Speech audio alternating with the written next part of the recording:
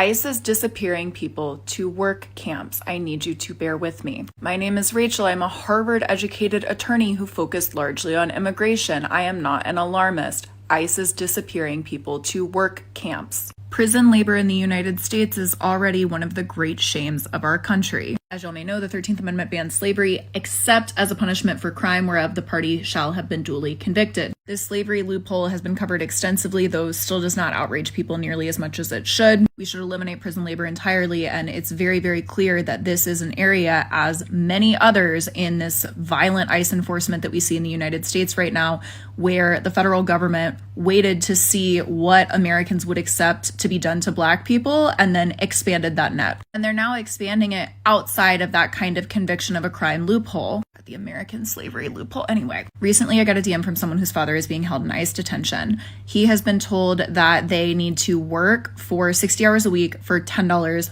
total. $10 for 60 hours of work. I haven't given him any documentation of this, but here's what I can tell you and have documentation of. That this happens in ICE detention all the time. GEO Group, one of the two large private prison companies operating ICE facilities, the other is CoreCivic, has multi-million-dollar jury verdicts entered against them because they were paying hundreds of people in ICE detention $1 a day to basically run the facilities for them. The person who DM'd me, her father is held in Campbell County, which is a Kentucky state-owned facility. In Kentucky, standard pay is $1.56 for an 8-hour workday, 78 cents for those getting credit for time served. Again, that's insane. That's insane, and that should not exist even for conviction of a crime.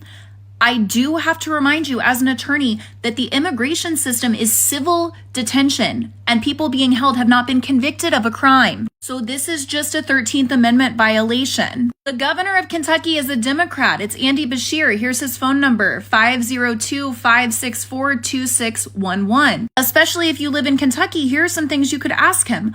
Why the fuck is ICE allowed to detain people in your prisons? And also, why are you letting them violate the 13th Amendment? The truly vile irony is that the vast majority of these people came to the United States in search of work, and the U.S. will not allow them to work here and is in fact ripping them away from their families because they dared try only to force them to work for less than $1 a day. Prison labor should not be legal, but oh my God, in this specific context, it is already illegal. People are getting disappeared for civil offenses and sent to work camps. America 2025.